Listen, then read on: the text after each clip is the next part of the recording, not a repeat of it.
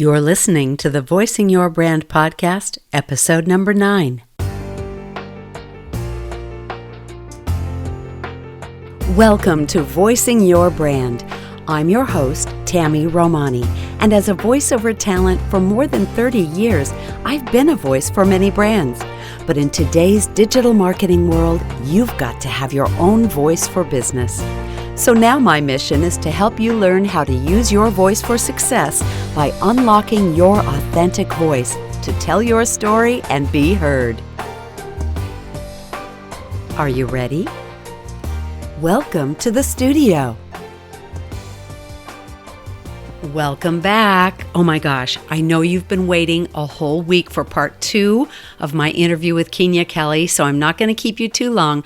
I just want to tell you that this is going to be brilliant, so hang on to your seats. If you have any questions about how to brand yourself and how to brand your business, Keenya has a brilliant way to walk you through that, and we are about to dive in now. If you missed last week, go back and listen to it. It's episode 8. Keenya Kelly has a firm called If You Brand It, and she's really a brilliant strategist for business and also a branding consultant. So I don't want to waste any more of your time because this is so critical to you moving forward with your business and being the voice of your brand. What is your brand? Let's make sure you get your branding right. And now here's the rest of my interview with Keenya Kelly.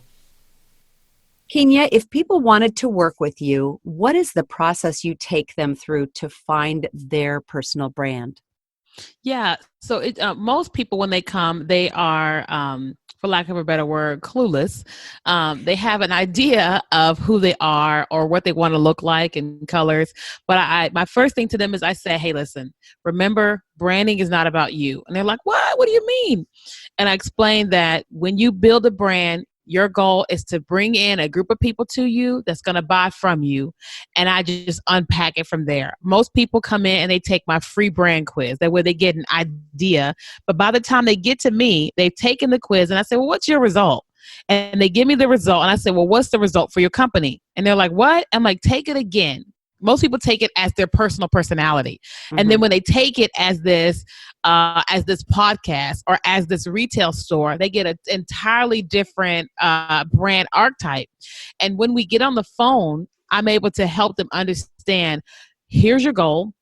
Here's who you're trying to attract. This color, this font, this is going to attract him or her because of psychology says, all these different things.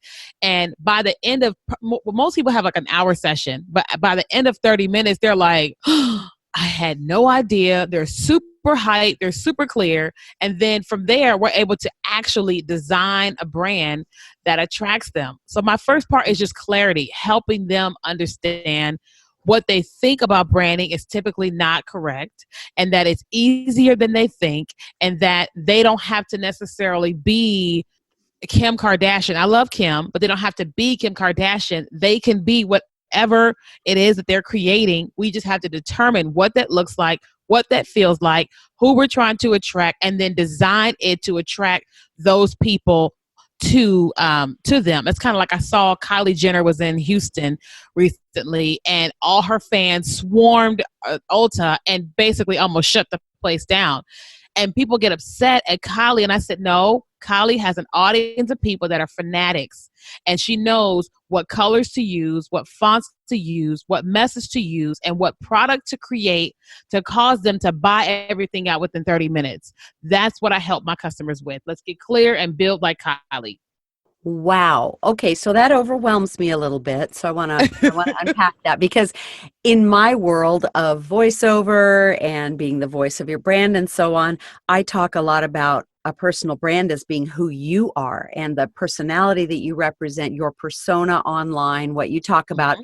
You are now taking that, what you are naturally inclined to, and flipping it to an actual physical brand that you can then use for your advertising, your Facebook ads, and so on, that will attract more people. You have the whole science behind that. Mm-hmm. That is fascinating to me. It's a far cry from me seeing a couple of colors combined on a a catalog cover and going, oh, I like those two colors together. I think I'll make my website look like that. Right. I mean, that's my extent of branding experience. And you're talking a whole nother level. I think I need to Yes. buy your product right now. Yeah. Obviously. So funny. So at what point, like, okay, so you've got someone like me who's just been talking online. I'm building this thing. I've done my own graphics and so on. I pick colors that I like. That you're saying that might not be the best idea, that there is a type of person you want to Yes. attract, and there is actually a science behind attracting that person. Yes. Yeah, absolutely. It's like okay. One of the things I always do, because the average person when they get to us, they're like, "But I don't get it. I like silver, I like gold, I like pink, and I want that." Mhm. And instead of just talking bad about what they've chosen or what things look like, we just start asking questions. We just say, okay, so what's your ultimate financial goal? Oh, I want to make $1 million by the end of the year. Okay, how much is your average product you want to sell? I want to sell a program of $50,000. Okay, what does that person look like? Is she a woman? Yeah, she's a woman. She makes $250 a year. I said, what kind of car she drives? She drives a Mercedes. She shops at Neiman's or Nordstrom. Okay, so, and she's in corporate America. Yeah. She works with all the guys. Yeah. I'm like, so you want a super powerful woman who drives a fancy vehicle, who makes this amount of money per year, and you want her to give you $50,000. Yes. So if we design a website with pink and gold, do you think that woman will be attracted to it? And there's silence. And I say, okay, this is something to understand. It's okay to love silver. It's okay to love pink, but you're trying to make $1 million, and you're trying to get X amount of women that make this amount of money that spend $50,000 with you. Something about this should attract them to you. Just like Mercedes, they walked into Mercedes and bought that car. They went to Neiman's because of X. And when we design, when we create, our ultimate goal is to attract a group of people to buy from us. And so let's just say you have a luxury brand. When people think luxury, a few colors, a few feelings come to mind, like Mercedes, black, silver, Tesla, white. When you think of girly, oh, I'm going to have products for teens, you immediately think of bright colors. If you use brown, it's not going to attract the teenage girl. And so everything that we do, it has a feeling. If I'm looking for the clearance signs, I'm not looking for brown. I'm looking for red. Wow. Because Absolutely. it's like eco-friendly. I'm not looking for purple. Eco-friendly is green. That's what they told us. Mm-hmm. And so we have to look at the psychology of marketing, and it's something that's so easy. You can go to Google and type psychology of colors in marketing, click on images, and you'll get the thing that will explain exactly what colors do to you. It's like if I was married and I wanted my husband to say, yes, I would just put on a red dress. Because red gives energy and it makes men go, it's just their thing, and Okay, when you know that that, you is know what. interesting to me, because I've had this conversation, and this is turning a little into a little bit of a tangent, but I have another friend who will be a guest on the podcast who does personal branding in terms of your clothing. And she talks about how if you are a woman in a male-dominated business, or say a corporate, don't wear red to the boardroom. Mhm. Because the men will think, oh, hussy has nothing, yeah, I like her. They can't even define it. And then the women will say, she's not Yes. relatable, and she's not reliable. And Yeah. I thought, what? But I always heard red was a power color. Red is a power color, red tie. Men wear red ties. She goes, yeah, but they don't wear red suits. You can have Right. like red shoes to kind of set it off Yeah. and make people go, oh. But she goes, no, you don't want to wear red to a boardroom situation. Right. And I was like, well, okay, well, she will be a future guest on the podcast, because that was a whole new thing to open up. The two of you together would probably really be very fascinating, because you're talking Yes. about the psychology of color and how people respond, and they don't even know that they respond. So it's a Right. completely involuntary response. And what you're telling me is, in your actual physical branding, the stuff that you put out to the world, you want to have your best chance of getting a positive response Yeah, because and it's when opening you're not doors. talking, it's speaking. When you're not speaking, your brand is talking to them, Hmm. whether we Wow. like it or not. Like it's Right. just it's saying something, and we have to make sure that it's saying what we want them to say. Mm-hmm. You So I know, and hear a that's lot of talk about people, oh, I'm rebranding right now. Mhm.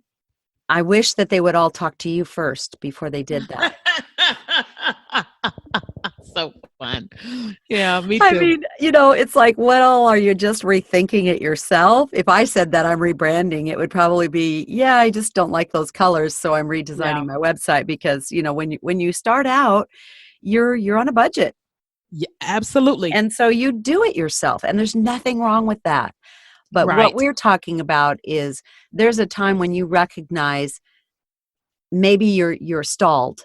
Maybe Yeah. you're selling things regularly, but it's not the results you really want to strive for. That's when you see someone like Kenya who can Yeah. help you pull that apart and find that spot where you can bump up your marketing efforts and maybe get some better results just because of the psychology behind color and presentation.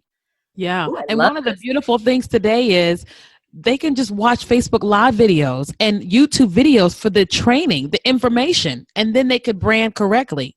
Mm. You know, Yes. before they can afford a person, they just watch someone's videos, and Mm-hmm. you'll be so knowledgeable. Mm-hmm. Mm-hmm. That is a great place to start. And we can address that too, because one of the criticisms people like us who are online trainers get is, well, I could just learn this for free on the internet. Of course you can. Yes, of course. Everything in this day and age, there's no excuse for not having new knowledge and Right. the latest knowledge. It is on YouTube. It is on the internet. Google. That's why we have the Google, is Hmm. to find out these things. But if you want some personal attention, if you want some expertise, if you want some group coaching, if you want to, for me, shorten the learning curve, Exactly. I'm a really good online learner, but I buy courses like crazy because I know how long it will take me to do the research versus buying from someone who's done all the research and can just give it to me on a platter. Yes. Yep. And that's what I always tell people, that because sometimes my clients say, well, if I tell everything online, nobody's going to buy. And I said, no, you're telling them because you're teaching to serve, then to sell. And by the time they get ready to want to buy from you, they are sold on you. And they say, if she's doing all this for free, what in the world is she going to tell me on the phone? This is going to be good. And when they get on the phone with you, they want personalized help, just like you said, because otherwise you're teaching live, you're teaching generally, you have no problem. I mean, someone can try to get all their information online, but at some point they're going to be so frustrated and say, forget this, I'm going after the person. Yeah. Yeah. And let me just, maybe we can close out with that thought about teaching to serve. You give a ton of information, and one of the things that I hear people say a lot is, I don't know what my content should look like because I'm afraid of giving away all my course content for free and then no one Yeah, will buy it. So right. what is your response to that objection to teaching to serve online? Yeah. So one of the things I always tell people is that before you start online, the number one thing you should do is a brain dump. And brain dump meaning you write every single topic that you know, like from bullet point form, what you know about your subject, ins and outs. That way you have content for years. One of the things to know is when you start teaching online, you probably are teaching to your friends and family, and they're never going to buy anyway, right? Right. But when you teach online, they start sharing your content, and then you start reaching new people. Well, the content you've been teaching for the last 60 days, they just found you today. So they don't really know all that other stuff, right? And Mhm. most people kind of fizzle in and they fizzle out. Mhm. And I mean, I'm always teaching the exact same things, just differently. And I don't worry about, oh, if I tell all this, then nobody's going to buy. Because one thing that I know without a shadow of a doubt is you can teach 20 minutes online, but that's nothing compared to when someone gets to ask you a detailed personal question, right? Every single Right. thing that I've done and sold, I have taught it online to some degree, but not all in one setting. You have to find it in 600 videos on YouTube. You can't piece it all together. And the average person is like, I do not want to watch 6 1-hour videos. I'd rather buy this thing for $297 and get it all, and I can click what I want to watch. So don't be afraid that you're going to tell too much or that nobody's going to buy it. That's not the case. Everybody wants the shortened version, but they buy into you by what you're teaching online. Mm-hmm. Yeah. Absolutely. When I think back of all the times I've spent money on online learning, exactly that was my thinking is I've been following this person for a while, or I heard them speak somewhere. They know about this thing I want to learn about, be it Yeah. podcasting, Facebook ads, general marketing. Why would I spend all my time wading through all the information when I Right. already trust this person to give it to me straight?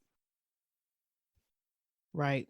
And I think that is so important because I find myself in that situation as well, where I hold myself back because I think, oh, I don't want to talk about that too much because that's in my course, or Right. oh, but forgetting that when there's group coaching along with it, you've got a whole opportunity within your private group setting to Yes. to coach one-on-one with people, or 1 to 2 or whatever, or coach someone through, perhaps like in my case, a voice lesson where everyone watching is going to learn Right. and apply what you're teaching in that setting. And it's so much different than when you're just telling the information, when you are actually working with another human and Yeah. hearing their heart, hearing their insecurities, and speaking to them rather directly about that and how they can overcome it. Yeah, absolutely. And I know for my own self, I've watched plenty of people's free stuff online, and I've gotten to the point where I just said, I want them. I'm buying an hour. I'm buying 3 hours because of everything that I've learned for free. I'm like, oh no, I want one on. I've spent thousands of dollars on people that I could just watch their free stuff, but I didn't want the free stuff anymore. I wanted behind the scenes. I wanted my tailored stuff. You will Mhm. make I'm telling you, the more you share, the more people will want more from you. And I Mm. guarantee you'll have way more to share with someone that you don't even realize it until you're on that private with them. Oh, absolutely. Yeah. Absolutely. And you can only discover that through doing it. Right. You can Exactly. only discover that through doing it. Wow, that was so good. That was so good. And that is such a key. I'm going to be better myself at doing this because I find myself just having that little thought, oh, I've taught on that before. Okay, that was 3 months ago that you talked about that. How many Yeah. people never saw it? So it's okay Right. to repeat yourself. You have to understand that social media is so fluid that people are not seeing everything you do. As much as you would No. like to think they are, they're just not. They have lives. And so they're catching maybe every 10th thing that you do. And if they've Right. already seen you do it, I guarantee you, you're not going to say it the same way the next time you teach the same thing. So you literally could have a list of 10 or 20 things that you like to teach on and just keep rotating through the same thing Yeah. because you're going to tell different Yeah. stories based on your life experience.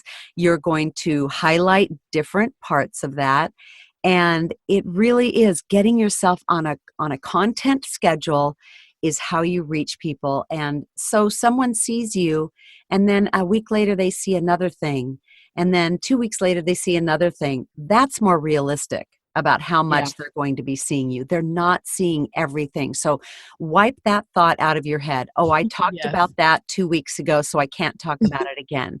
No, Yes. absolutely talk about it again, especially if it's a highlight of something you like to teach people. Yeah. And So, understand that everybody's going to be in a different place. Like I would talk oh, to a yes. trainer today. She's teaching on womanhood, and I took her class last year and we don't have the replay of it. And I said, can you do the replay this year? And she goes, why? I said, well, I was at a different place when I watched your videos that time. And then for 365 days, I needed the replay and I didn't have it. And Mm, I'm like, I'm in a different place now. And now I want the videos and I don't have access to it. Because like if you tell someone something, they apply it, and then 60, 90 days they receive the results. Well, now they're in a whole new place. They need to hear what you said again to do the repeat because the new stage. Oh, that's good. Yeah. So another thing to remember. I Mhm. love this, Keenya. Thank you so much for dropping your knowledge for our listeners today. How can people get in touch with you and connect with you? I think that's so important because I think you're going to have some people who are very interested in what you do now. How can they take your brand quiz? Yeah. So if you guys want to take the quiz, you literally can go to KenyaKelly.com. And on the homepage, you'll see where you can click on the quiz. I play a lot on Instagram. I do my Facebook Lives on my page, Keenya Kelly, but I do a lot every single day in my Insta story. If you want to see things that you want to know about me and don't want to know, you can definitely find it in Instagram stories. Stuff you want to know and don't want to know. Well, that's Yes. what gives us the little insights, Yes. seeing the Absolutely. personal life, seeing your relationship with your neighbors, seeing how you Yeah. interact with family. That's what makes us trust you and like you. So Yeah. thank you so much, Keenya. This has been a blast. I think I will be calling you again because I feel like we're going to have some questions about this that maybe we can do a little more targeted episode about. But I just thank you so much because this opens up so much possibility for people. Yes. Thank you so much for having me. Thank you so much. Take care. Bye. Oh boy, that was good. Do you see now why I had to divide this conversation into 2 podcast episodes? There is just so much gold here, so much information about branding, about business. So I want you to continue to follow Keenya Kelly and check her out at KenyaKelly.com. Also, all of the links for what she talked about will be in the show notes. She's just a fantastic human and a wonderful resource for you. So I hope moving forward you can learn from her, continue to learn from her, and check back often with what she has to offer.